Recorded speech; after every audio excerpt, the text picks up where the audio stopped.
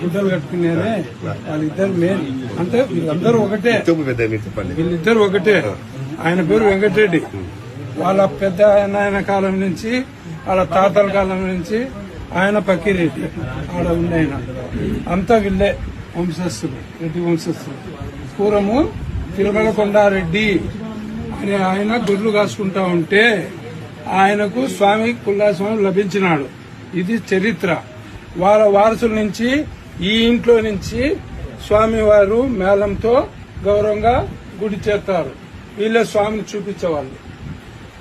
ఎక్కడెక్కడ వాళ్ళకు తెలియదు ఈ విషయాలు.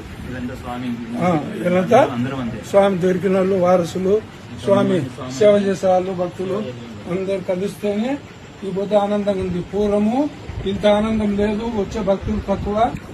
ఆ విధంగా ఉన్నాయండి. ఇప్పుడు రావాలా భక్తులు, వస్తేనే చాలా పరమానందంగా ఉంటుంది. అదే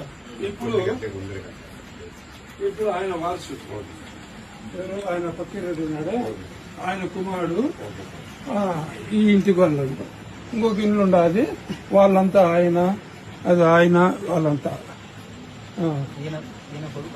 పూర్వము ఈ ఇంట్లో నుంచే తిరుమల కొండారెడ్డి వంశము ముత్తాతల కాలం నుంచి వాళ్ళ దాయాదులు స్వామిని. ఆయన పేరు రామయ్య, చిన్న రామయ్య. ఆయనకు ముగ్గురు కుమారులు పక్కన ఉన్నారు. వాళ్ళు పక్కిరెడ్డి, నాయన పేరు ఎప్పుడు తాత పేరు ఈయన పక్కిరెడ్డి. స్వామిని ఎత్తుకొని గతం అయిపోయినాడు. ఆయన స్వామిని ఎత్తుకోలే, ఆయన తమ్ముడే రామయ్య కొడుకు. ఆ లాస్ట్ తిరుపతి ఉంటాడు, ఆయన తీసుకో తిరుపతి రెడ్డి. ఆయన స్వామిని మోసి ఆయన కాలం అయిపోయినాడు. తర్వాత ఆ పక్కిరెడ్డి వాళ్ళ అమ్మగారు అక్కడ ఉండేవాళ్ళు.